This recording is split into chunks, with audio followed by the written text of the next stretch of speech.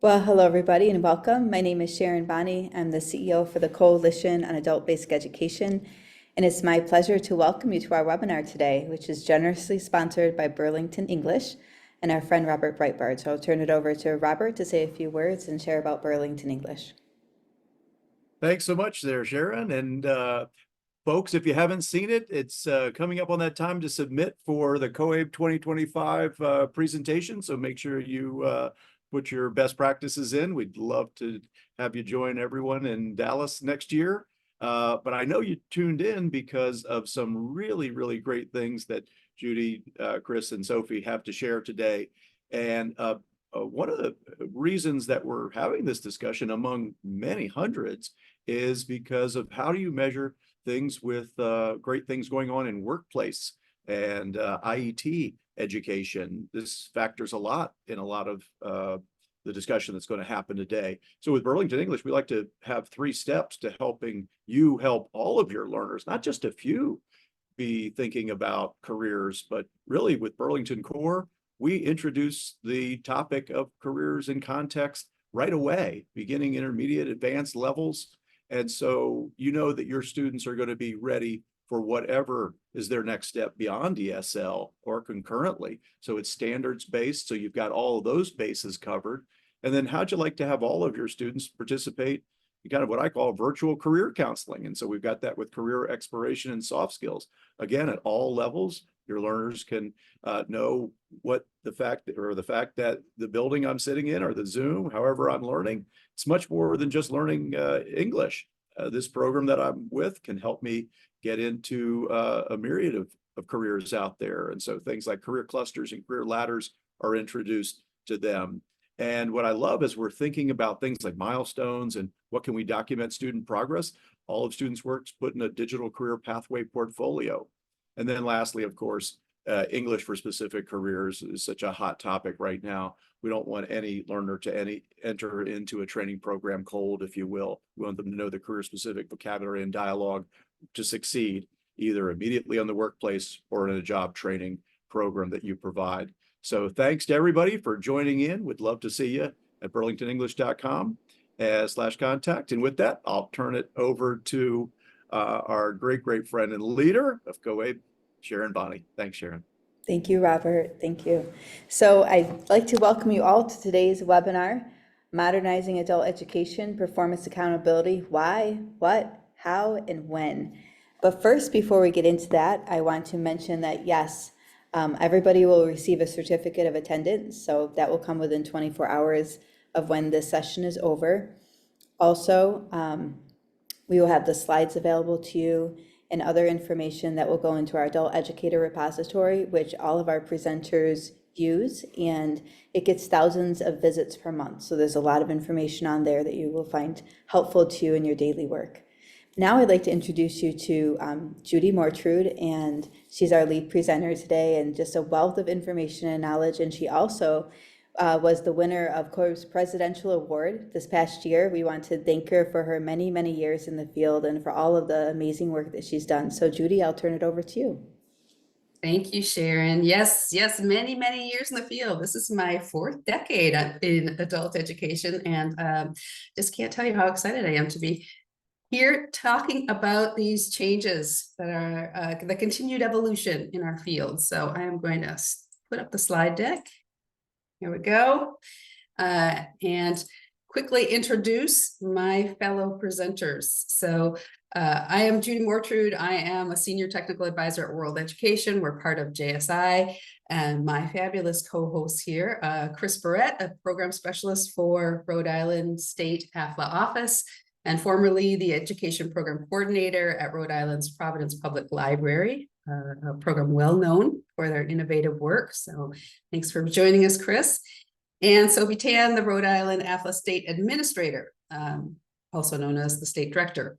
And Sophie was also a winner of the 2023 COABE Outstanding Administrator Award, which, if you don't already know Sophie, you will shortly see that she greatly deserves. So we are going to focus our discussion today kind of in 2 buckets. We're going to look at the work that Rhode Island has done in modernizing their performance accountability system within the frame of integrated education and training guidance. And then we're going to look at some of the recent federal guidance and then some pending changes that are being discussed for WIOA reauthorization. But before we start any of that, I just want to really clearly and loudly acknowledge that today we're talking about formal adult education accountability, but we all know that adult education provides many immeasurable benefits for our participants and their families and their communities. And I really want to stress the importance of using, any and all available ways to measure the learning that happens in our programs and really to value it at the personal level, at the program level, at the state level. For today, we are discussing what we measure, what we document, what we record about participant learning through the national reporting system, right? The long-time federal reporting structure, which is importantly used by the U.S. Department of Education to oversee their investment of WIOA Title II, the Workforce Innovation and Opportunity Act Title II, which is us, AFLA, the AFLA dollars, the federal adult education funding that goes from the U.S. Department of Education into states and then is used by the state AFLA offices, right, to review their grantees' work, your local program work. So Chris and Sophie have done some really terrific work to support more ways of measuring the learning that's happening in Rhode Island's adult education programs. And they will share why and how they went about creating new guidance around measurable skill gains, documenting credentials, including the implementation of these changes over the past couple of years. Again, then the OCTAE, the Office of Career, Technical, and Adult Education, we're going to look at this visionary statement that they put out last July, and we're going to celebrate and briefly review their Dear Colleague letter. If you haven't seen a Dear Colleague letter before, they are a vehicle for announcing sometimes policy, practice, vision changes from an agency out to their colleagues. And you are all a colleague of OCTAE. And then we're going to look at very recent changes to how the national reporting system tables to see how that vision has been implemented to date. And then finally, we're going to look at digital literacy in particular in the pending WIOA reauthorization. So I am going to turn this over to Sophie and Chris, and they're going to tell you their story. Thank you. Thank you, Judy. Good afternoon, everybody. I'm Sophie Tan. I'm the administrator in Rhode Island for Adult Basic Education and GED, and I'm here, as Judy mentioned, with my esteemed colleague, Chris Bourret. Yay, Thanks, Chris. Sophie. Hi, everyone. And thanks for the kind introduction, Judy. We're really honored to be here today and are proud to share what we've been doing in our state around sort of IET guidance, updating and implementation. I know that in the process of developing our state's guidance, we've learned a lot from other states, and we hope that it's helpful to share what we're doing here in Rhode Island today. Next slide, please, Judy.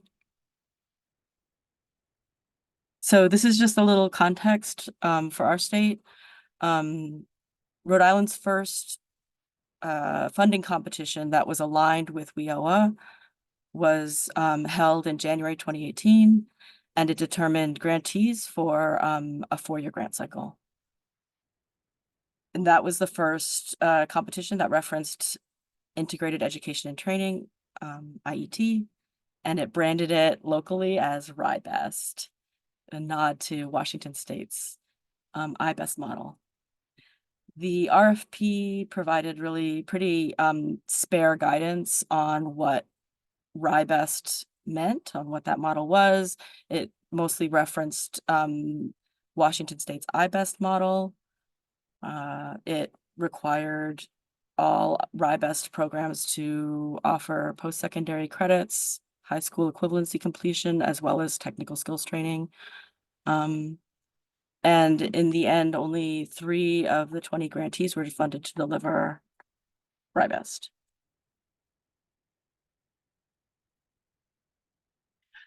I guess just one other thing I'll share is that, those first 3 grantees that were funded to deliver RIBEST under that initial RFP found in implementation often that it was challenging to actually deliver all of those required components.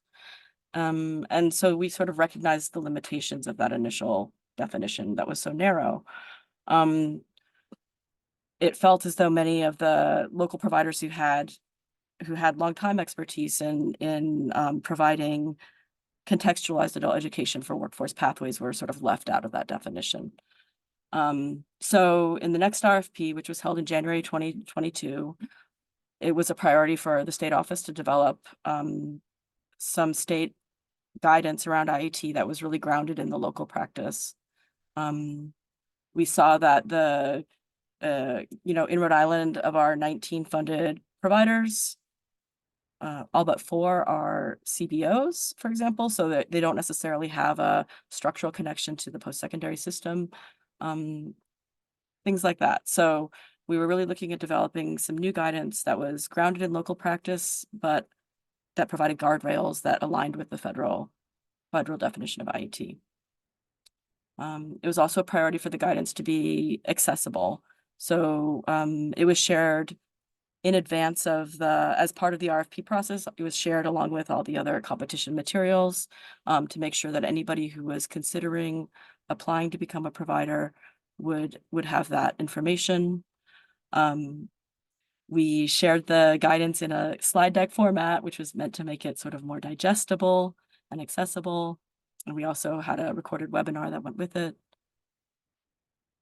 And then additionally, we developed some credential guidance with in collaboration with the field, really. So what we have is a credential category document. We convened the providers a few times to kind of understand what credentials providers were currently offering as part of their programs, to compare that to the federal definition of recognized post-secondary credential and look at other categories that might apply. And then we ended up with a document that has sort of 3 categories based on actual practice in the field and feedback from the field.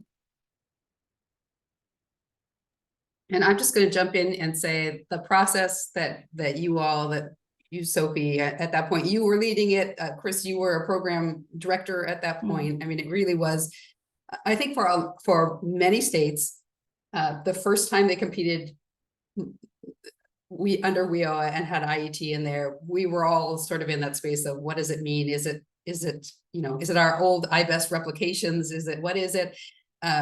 And so many states have evolved, but you really put in place this process where you, as you said, you really went out and took the temperature of what was happening in local programs and said, like, what kind of work are you doing in this space, and how do we build our guidance to encompass that? So it was really a great process. Thanks, Judy. Right.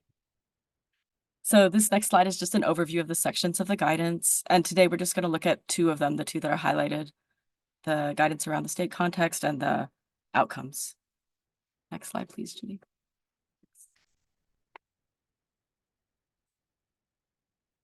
So state guidance. In the state context, we just wanted to kind of come from a place of acknowledging, like, again, being grounded in our local context, acknowledging that IET is a sort of resource intensive program model that really requires both funding resources. Often we see that providers are braiding funding outside of just the AFLA funding administered by the Department of Ed here.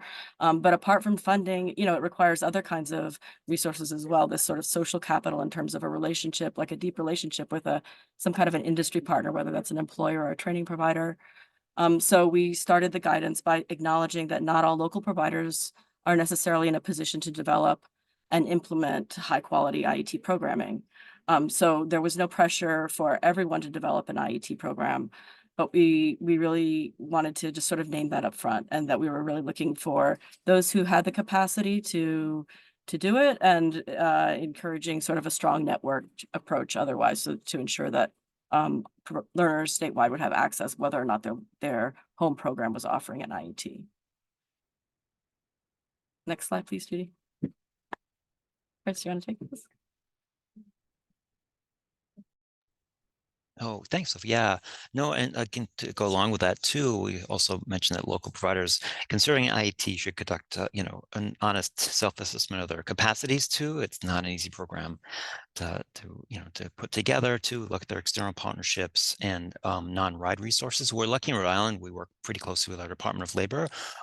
So our programs are able to braid funding from the local jobs programs from the Department of Labor with our ride funding too, which is great because they get different to support different outcomes for each of the different titles, Title I and Title II. So we're lucky that that happens in Rhode Island too.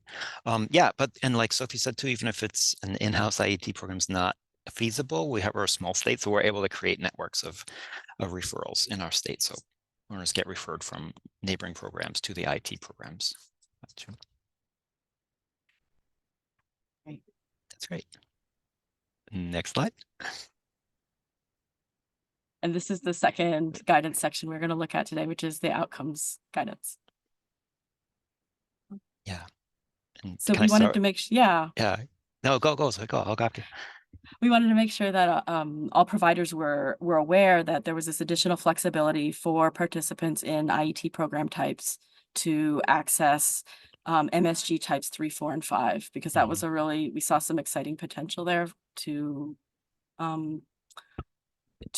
minimize standardized testing if not necessary, and to take advantage of these other kinds of assessment that might better align with learners' own goals.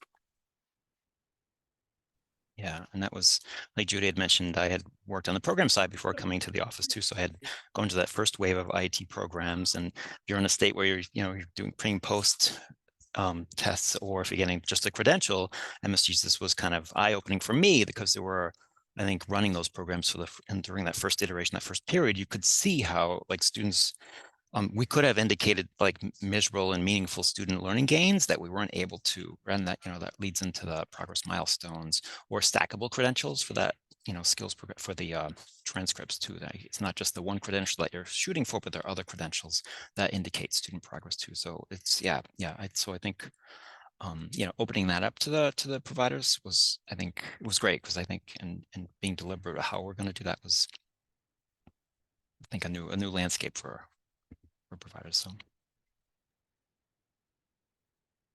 Yeah, it was exciting, and I think we've seen some providers get their heads around this and kind of embrace it.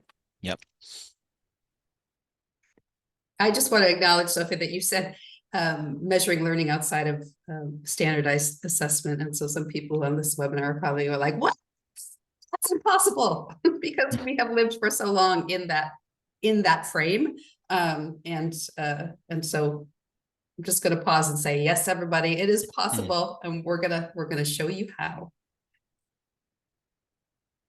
Yeah, and I feel like it's been a probably multi-year journey that's for all of us here too. Like we're kind of unpacking it as we processing it. Yeah. But yeah, the next slide, I mean, to Judy's comment at the top of the webinar about kind of documenting any and all available ways to measure learning, that we really tried to kind of take that approach in the guidance as well. We wanted to make sure that to encourage kind of our providers to think about, again, oftentimes looking at programming that was already in place, where within this existing program can you identify potential MSG types, 4 and 5, especially in our state, are the ones that we see sort of embraced the most. Yeah, within an existing program, even there may be progress milestones that can be documented with the endorsement of the industry partner, that these are meaningful measures of meaningful progress towards the target employment or credential. Type 5, thinking about, as Chris mentioned, stackable credentials that are relevant to the sector and lead towards maybe the end credential that you're working towards. So that's what we look for. That's ideal to see. So it's not that we're depending on everybody completing the end credential necessarily, but that everybody within their pathway has multiple opportunities to demonstrate their learning and their skill gain. Next slide, please, Judy. Take this one. So in terms of documentation, we use LACES as our database too. So we do require programs to provide transcripts, evidence of progress, and exam scores or credentials earned that are uploaded into the student record. So we can keep track of that. And we ask providers to document all MSGs, even though I know in the federal tables, just a student can only record one MSG per year, but it's great to see in aggregate, the stackable credentials that learners earn in the different programs too, and to see the different milestones. It's just a great data point there too.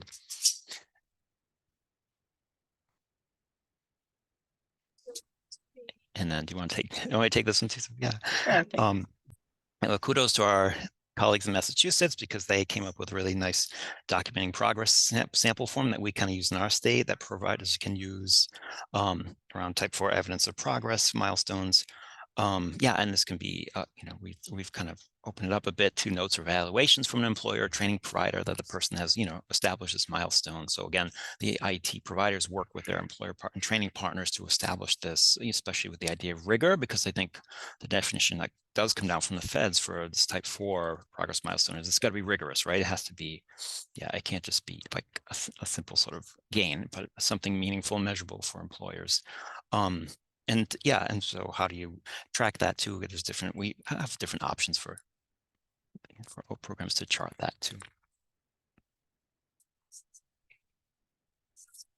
I'll just jump in here and say, as you said it earlier, but I'll just reiterate, right? Your program is designed like upfront, these milestones are what you are shooting for. This is the learning you are going to measure. You know when you're going to measure it, you know how you're going to measure it, the standards you're measuring against. So they're not found. They are planned. Yeah, deliberate. It's definitely deliberate. And Sophie did a great job of putting the providers together in certain industries. So for example, CNA programs to kind of work together and say, okay, here's this idea, this definition of rigor. What does that look like on the ground, right? For how do you measure that too? So it could be like skills progression that students can show. Maybe they don't have the literacy skills yet to pass the CNA exam, but they're showing progress milestones by they can do all the skills, right? In a practical setting, passing a practical test. So that's and train, providers say, yes, that's actually needed on a job. So that sort of thing. So, and like Sophie said, it's a work in progress. Yeah, every year we're honing this down more and more with the providers too. Yeah, which I think is a great segue to the last section of our presentation, which is just kind of showing some artifacts from implementation quickly. Thanks, Judy. Yeah, so this next section is just a few of the tools we've created along the way. So the first is a screenshot of, I mentioned this earlier, the credential and certification category document that we developed in collaboration with our local partners. We held a series of meetings and again, tried to kind of understand what they were currently using and then looking at how that fit different definitions. But we ended up with a document that has sort of 3 categories types. There's the recognized post-secondary credential. The second category is demonstrated occupational or skills certificates. And the third is workforce preparation competencies. Next slide, please, Judy.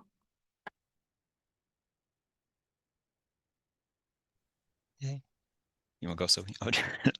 If we also require programs to complete an IET planning template each fiscal year. So if they're renewing their IET program or if they're proposing a new IET, this I think was borrowed from Virginia. Kudos to Virginia we borrowed heavily from it too, but it's great. So it includes like the occupational sector name, the organization's training partners.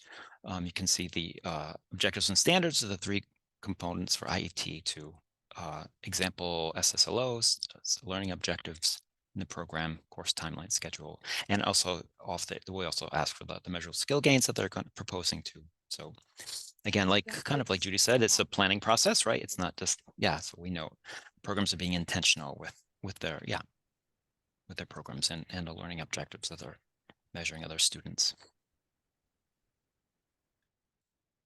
It's intended to be sort of a snapshot of evidence of the ways that a program is meeting the components of an IET. It can get quite cumbersome when it's fully completed, but it's a it's been really useful to us. Programs submit this on an annual basis for approval for the coming program year.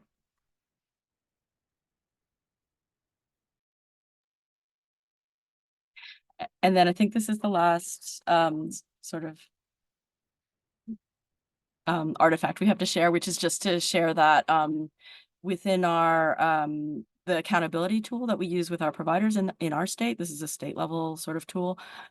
We revised our post-testing rate calculation to remove participants who don't need to be assessed in order to demonstrate a measurable skill gain.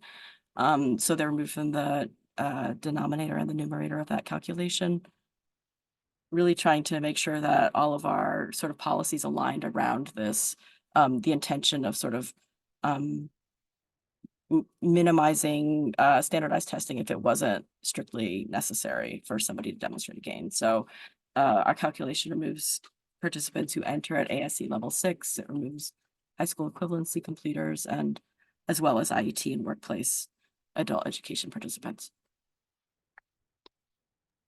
And I'm just leaving this slide up for another 30 seconds so people can look at it, because it's one of those like seems super deep in the weeds, wonky. I think when you told me this, Sophie, I was like, wait, what? I was like, oh, of course you would have to do this. Otherwise, you know, the state office has to build this into their assessment policy to the feds, saying, you know, we're going to shoot for, I don't know what you'd have, 85% of our participants will be post-tested.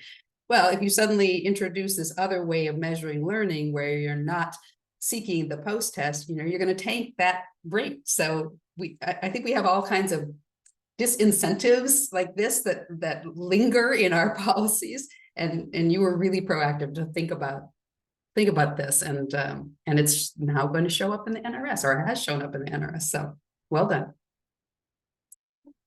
I think that, yeah, that's exactly the disincentive thing was definitely where we're coming from. Yeah. Thank you, Judy. Yeah.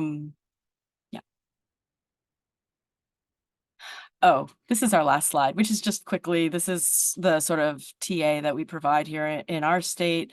As I mentioned already, we do an annual review and approval of the IET framework documents.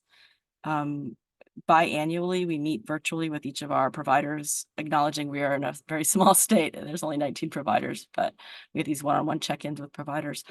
And then we also annually offer a sort of TA series for the IET providers, and have just launched a Google group-based community of practice for them. And then we've also participated in recent national IET TA cohorts.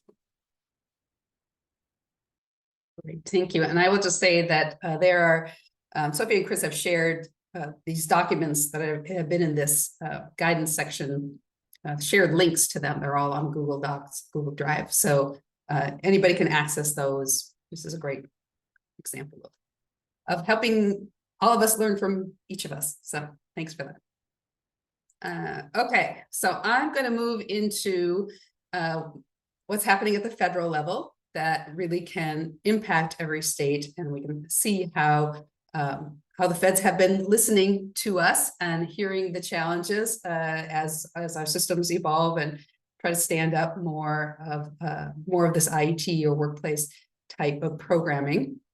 So I'm going to start with a dear colleague letter. Again, I mentioned this at the top.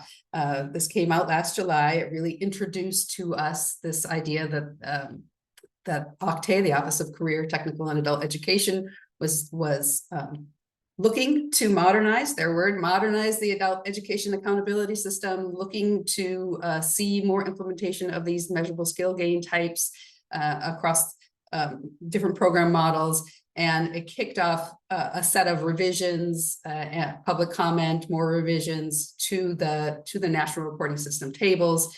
And we'll take a look at those after we look at this letter. Let me see, make sure I can bring this up.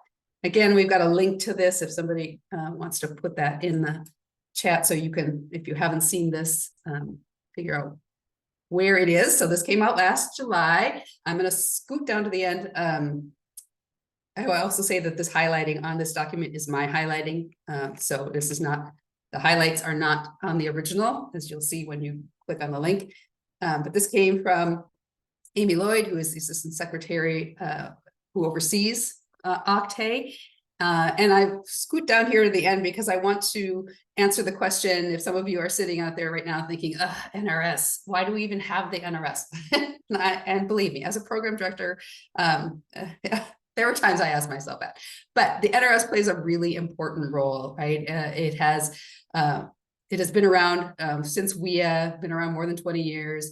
It was really put in place to consistently and reliably document and demonstrate the impact of the federal investment in adult education, right? The money that goes to OCTAE, that then goes to the states, that then goes to local programs, the national reporting system puts in place some way of documenting across all our different kinds of program providers and different types of programs and different populations that this investment is helping people, is changing lives.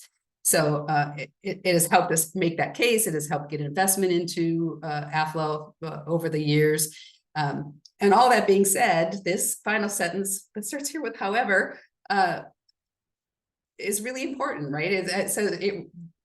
It is the department's recognition that certain aspects of the NRS are challenging to implement, and that the NRS is not fixed in stone. It can be modernized to improve accountability and program responsiveness to learners' needs and learners' outcomes. So that was a wonderful paragraph to read.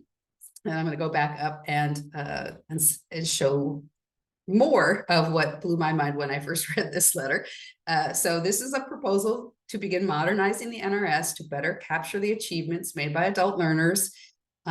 Right here in the second paragraph, they acknowledged concerns about the utility and appropriateness of pre and post testing learners under some circumstances, right? In some program models like IET, but also maybe in short-term helping people prepare for a high school equivalency test who aren't in the program long enough for a post test, or people who are preparing to earn an industry recognized credential and earn that credential and do they then need to do an NRS approved post test, right? So they're acknowledging that they're listening to us as we're implementing these IET programs and hearing our pain points.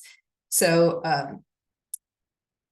the promotion of all the MSG types is written in this letter. And we're going to see this when we go to the NRS document, but these should look familiar to you now as the measurable skill gain types that Rhode Island was talking about, right? We've got the first two here are part of MSG type 1, MSG 2, the secondary school diploma or its recognized equivalent, 3, the credit hours. Right, it's often just called the credit hour, secondary or post-secondary transcript or report card for sufficient credit hours. 4, those training milestones that Chris and Sophie were talking about, planning, documenting, reporting certain milestones that are built into your training program from either the employer or the training provider, sometimes the adult education provider. Or passing an exam, one of these. This is often called a third-party exam, right? An exam used by a program in an IET that's doing nursing assistant is a common one. The NCCER, these kinds of exams that the industries put out that we don't develop, the industries do. Here's an important paragraph when recognizing that we might want to use these other ways to measure learning. Examples of the programs that might want to use these other measures may include, but are not limited to, IET programs, workplace literacy programs, prep classes for high school equivalency, post-secondary bridge programs, adult high schools that utilize credits or Carnegie units, or other adult education programs designed to yield any of the measurable skill gains listed above. For these types of programs, states may develop and implement alternative options for placement in an education function level. alternative options for placement, because one of the tricks of all this, right, has been that if I'm going to use these other methods to measure and document the learning in these specific programs, I've still got to onboard somebody with that NRS approved assessment. But now we're seeing some flexibility there, right? We're seeing some flexibility, and we'll look at that in the tables. So we've got proposals. At this point in July, we had proposals. Again, we went through several rounds of comment. We've got the final documents now in the NRS, and we'll jump and look at that. Before we do, I'll mention one more thing, which is that this letter also introduces the idea of whether it would be feasible to technically recognize incremental growth within an education function level as a measurable skill gain, right? Another frustration is when it seems like the point spread, depending on where somebody tests in their pretest, they can gain a lot of points and still not cross that threshold to an education function level gain. So there's some research going on now about whether there's some incremental steps in there that could be MSG, and that is something that we expect to hear more about later this year. So a very exciting letter, a very promising letter. I think, Robert, you said that a letter that raises a lot of questions, maybe more questions than answers at this point, but for me, it was just a really strong vision of a vision statement from our leadership saying, we know your programs do an incredible amount of instruction, and people are learning so many things in these program models you have, and there are other ways that you can document and get credit for that learning. So I'm going to go back here to there we go. So that's the dear colleague letter. Oh, am I sharing? I've lost my, there we go. Yes, we see. There we go. There we go. There, thanks. Okay, so what happened after that? Well, the reporting tables have changed. This is the current guidance we are operating under. There are some things that are open and available across a number of different tables, but there's also, there's still a lot of power in that state AFLA office, right? The state AFLA office gets to make a lot of decisions about how far to go in using this new guidance. States can always be more restrictive than the feds. It can't be less restrictive than the feds, but they can be more restrictive. So I think one of the things that these new tables and that letter are going to do is lead to state offices and state programs, program leaders, program administrators having conversations like the one Sophie and Chris had in Rhode Island over the next couple of years. Like, what kind of guidance do we have to put in place? What are the guardrails? Where do we want to take up these flexibilities? Where do we, what makes sense for our programs? So I'm going to open up again, we have a link to this. If we want to put that in the chat, the link to the reporting tables, it's a huge document. We are going to look at three tables out of here. Specifically, we're going to look at table 4. Table 4 is the table that most people care about in the NRS because it's the table used for negotiated performance target setting at a state level. And often states use this with their program managers as well. We're going to look at table 11, which is specific to IET. And then we're going to look at table 1, where the real seismic changes are happening kind of inside the footnotes. So let me pull up. Again, my copy has got highlighting on it. This is my highlighting. Just want to make clear it's not the highlighting on the official document. Okay, so I'm going to take us to table 4. Again, that table that is used in negotiated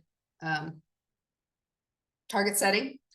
And really the change here that I want to point out is this use of the numbers for the measurable skill gains.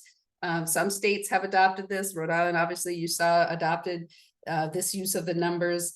Our Department of Labor, our core WIOA core partners have used this number system since WIOA regulations came out. We have been slower to adopt it, but it just helps. It helps shorthand some of the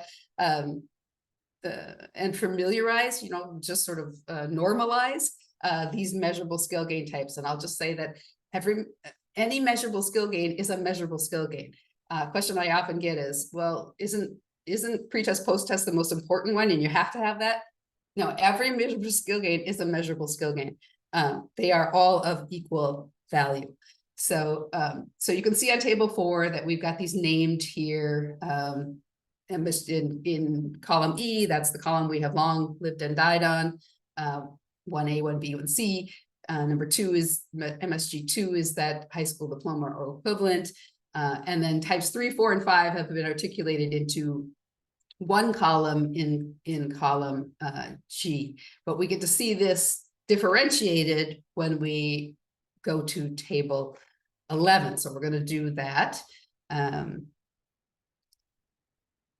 Hold on. Don't look at the screen if you get dizzy. I'll tell you when we're there. Here we are. We're at table 11. As Chris mentioned on table 4, right, it is negotiated performance targets, and what you put into LACIS or whatever your data management system is will only report the most recent MSG on table 4, right?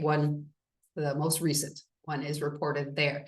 But on table 11, which is for your integrated education and training programs, the MSGs are accumulating, right? They're cumulative. You report all the measurable skill gains. So if you design a program where you are still using an NRS approved assessment pre-post test, you could completely do that. Most people are, but you're also documenting some training milestones. You also have a place in there where someone takes an industry exam and you're documenting if that learning has happened. You may see, multiple MSGs for particular populations. So again, I like in column 1 that we have the kind of a shorthand way to talk about these measurable skill gain types.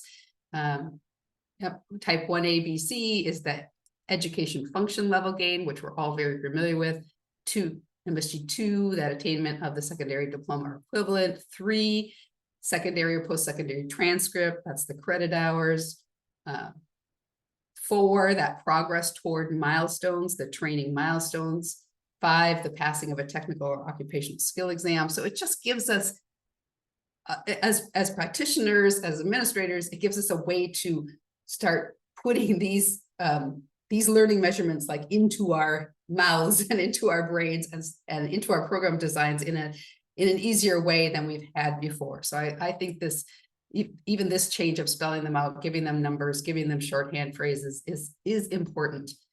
You'll also notice that the outcome measures, what are typically considered they are the exit measures, are also listed here in table 11. And I'll point out on the instructions for completing table 11, you will see report any of the following MSG outcomes for each participant. Reporting multiple MSG outcomes per participant is permitted. So table 11 is where you're really going to see the results of your program design that includes many multiple ways to measure learning. Just truly, the idea behind modernizing performance accountability. Okay, hold on. Don't look at the screen if you're going to get dizzy because I'm going back up. Okay, now we're at table 1. Table 1 is where you start. It's how you put somebody into your program. So the big change here in table 1 is what you see over on the left-hand side. We're familiar with giving somebody an NRS approved assessment so that we can place them in one of these 12 levels. During the pandemic, we had something called provisional placement when it was hard to give people a standardized assessment because we weren't getting together.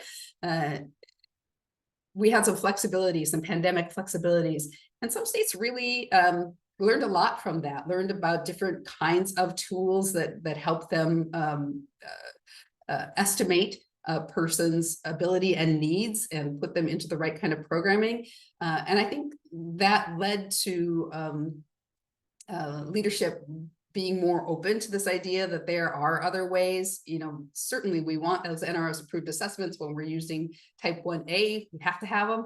But if that's not the program design for a particular program, for a particular population in a particular context, is there a way to put somebody into our program without that initial assessment? And yes, there is. But the detail matters, and you can see the five asterisks here. Which clearly says, and I'll try to make this bigger, that this kind of placement, this alternative ABE ESL placement, is for programs designed to yield the types of measurable skill gains other than MSG type 1A. Type 1A is post-test, pre-test, post-test. And importantly, here's Rhode Island's key thought: participants with an alternative placement should be removed from the post-test denominator when calculating the state's post-test rate. So again, clearly not wanting to disincentivize the use of this by having it alter your post-test rate. So if you decide to use this, then you would remove those people from your post-test rate. There's some other changes here that I've highlighted about data collection, but we're going to stick with the EFL placement. So placement for MSG type 1, the education function level gained via pre and post testing. You have to use an NRS approved assessment, the same guidance as we've always had applies there. Alternative ABE ESL placement. The important phrase is right here: at the state's sole discretion. So this is the conversation this is not a decision you make at a local program. This is a conversation you have with your state AFLA office. This is a conversation between a state AFLA office and their grantees, much like what happened in Rhode Island. As you start to think about if you want to use this flexibility, how you would write this into your state assessment policy, and how you might, in fact, exempt some participants from NRS pre and post testing who are enrolled in, again, programs designed to yield the following outcomes under the MSG indicator as described in Program Memo 17.2. So here they are, listed again by number, kind of the shorthand definitions. And then you can see I've doubled up on my highlighting here because I think it's important to see that also on the footnotes of Table 1, we have the same language as we saw in that Dear Colleague letter. Examples of programs, we're still talking about programs that are designed to measure learning with these MSG type 1B, 1C, 2, 3, 4, 5. Examples of such programs may include, but are not limited to, integrated education and training programs, and there's a note about the definition of that here, workplace literacy programs, preparatory classes for high school equivalency testing, post-secondary bridge programs, adult high schools utilizing credits or Carnegie units, or other adult education programs designed to yield the MSG outcomes listed above. For these types of programs, states may develop and implement alternative options for EFL placement. For example, state may use assessments that are content-driven or performance-driven, such as locator tests, criterion reference tests, diagnostic assessments, authentic assessments, or the state may choose to develop and implement innovative crosswalks between program benchmarks and NRS EFL levels. The reporting outcomes for participants in such programs must follow the data collection and validation requirements for the specific MSG type, as we see in Program Memo 19.1.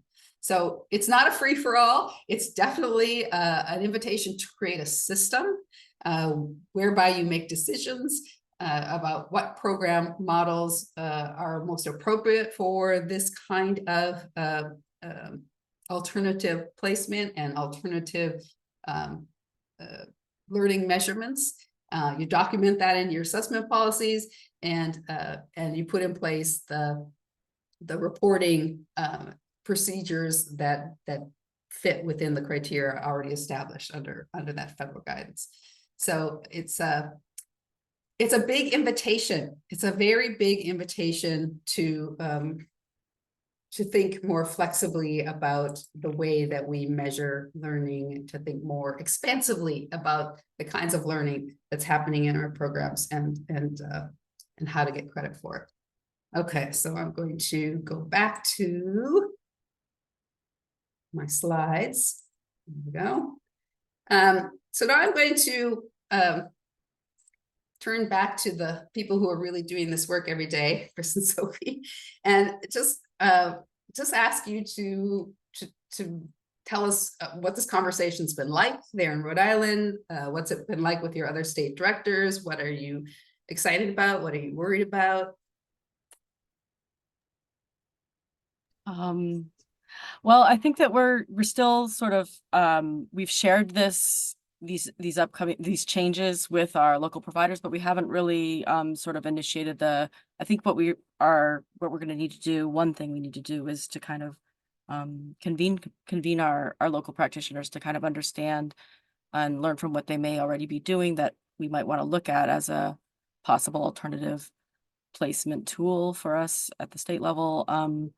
But it's like just initial reaction is that it's exciting. It seems like another way that the NRS system might be expanding to sort of better align with the learners goals. So we're excited. And then also I would say there's some anxiety around it feels like a lot of responsibility to kind of, determine what is a rigorous assessment and authentic assessment, and to kind of standardize it within our state. I think we're really going to be looking to learn from what other states are planning as well. I think that's going to be it's always a important resource. Chris, what do you want to add?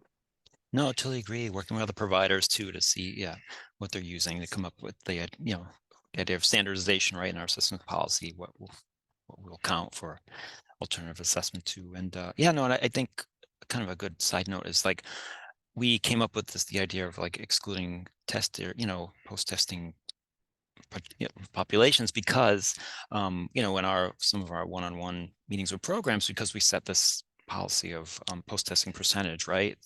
We found out that programs where post-testing students had already gotten their GED, right? And, so we realized, I think Sophie and I realized, we've created this system where, we're kind of unfairly punishing students, right? In situations where they're getting post-tests where they shouldn't be. So that started our conversation. So that's just one example of how, just create sort of fairness of conditions for certain students. So they're getting the meaningful learning gains and not just going through hoops for no reason. If that makes sense. But it's definitely it's exciting to see, especially around IET, GED programs. We've already gotten some suggestions from programs about how how they're looking at this. So I think we're going to work together as a field to navigate this. I love that. I think that is exactly the spirit that we all have to go into this with, right? We just have to work together to see what works for whom, how. There's an importance in having consistency and rigor. There's also, an understanding that the NRS has existed for decades, has always had state flexibility in it. The states make decisions all the time about how we do this, how we do that. They write it into their assessment policy. It has to meet the standards, but it doesn't mean we've always all been doing the same thing. across the board. So you play in a really important role there in the state office. Okay, so I see we've had some questions and answers. I invite you, Sophie or Chris, if you've got the answers to these questions, you can type them in. I want to see if we've got any that feel like they are, oh gosh, maybe I'll start at the beginning. Good, you're typing. Table 4 and 4B, they are done. Yes, you can see that is that we are now operating under these new NRS tables. Table 5 MSG include passing the TOEFL. You know, these are questions again at the state level, but that TOEFL would have to be part of a program model that assumed you were going to use a different way of learning measurement. I mean, you might decide that in a state, but a state would have to create that guidance or put that on their credential list. Right? I think Sophie and Chris, that's probably how you do it in Rhode Island. You would, placement only these measures, alternative placement. Julia, the alternative placement guidance is about, yes, coming in, putting someone on table 1, letting them join your program without taking an NRS approved assessment. Again, under very special conditions, and with guidance from your state. At the state's sole discretion. So they're very tied, right? We've always, the placement exam is the exam that we post-test against. So they've always been equivalents. David Rosen, what do you say? Do you think there's now opportunity? New assessments? Yeah, sure. I think new assessments. I also think there are some really great assessments that are out there that are not NRS approved. You know, they're not the assessments we use for MSG 1A. I always give this example about my favorite CASAS test, which is the CASAS speaking test, which I think is the most excellent tool to use in an EL workplace setting, and I long used it. And I think, you know, it's not going to be the test that I can use to document MSG 1A, but I certainly could use it for an MSG type 4, right? So there are many of these assessments that exist. They're just, you know, they don't fit within the parameters of 1A, which is a special type of rigor. Florida, tracking employment changes. Yes, exit outcomes. If you can track exit outcomes with administrative data matches, that's what you want to do. You do not want to have to try to track down everybody. But states can put in place alternative, you know, for folks who do not do Social Security number reporting. A way to see which states have used alternative ABESL placements. I don't know, Julie Hyatt. Sophie and Chris, have you heard of anybody kind of reporting that? I mean, I know anecdotally people were using like ReadWorks and other things during the pandemic flexibilities. Yeah, I don't know of any like organized way to kind of see what each other's doing as a state yet, but I imagine, like, I'm also really interested. I have the same question, so maybe this is something that NASDAQ can help us organize or something similar. Yeah. I'm probably running out of time here to answer more of these, but I know that Sharon has a mechanism that allows me to go back and answer these later, right, Sharon? I think that's true. Okay, good.